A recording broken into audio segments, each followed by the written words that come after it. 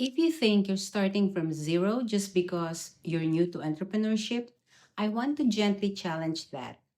Most corporate women believe they're starting from scratch when they leave their job. But the truth is, your career has been training you for this longer than you think. Hi, I'm Lisa. I help high performing corporate women build online businesses without burning bridges, draining their savings, or forcing themselves into confidence they don't yet feel. And in this video, I want to show you why the very skills you've been downplaying are actually your biggest advantage, not your weaknesses. Here's the biggest corporate lie corporate women internalize when they think about entrepreneurship. I don't have experience. What they usually mean is, I've never been allowed to see my skills as transferable. Corporate environments teach you to specialize, not to recognize how adaptable you actually are. Let me reflect a few skills you've probably been practicing for years. Decision making with incomplete information, managing stakeholders and expectations, communicating clearly under pressure, following through without external motivation, navigating systems, processes, and timelines. Those aren't job skills. Those are business fundamentals. Online business doesn't reward chaos. It rewards consistency, clarity, and execution.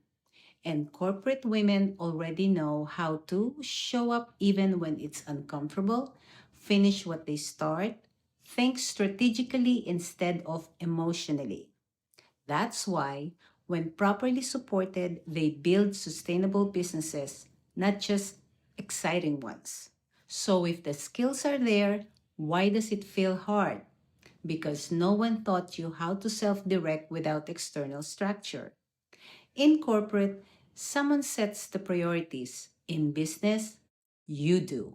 That's not a skill issue, it's a transition issue.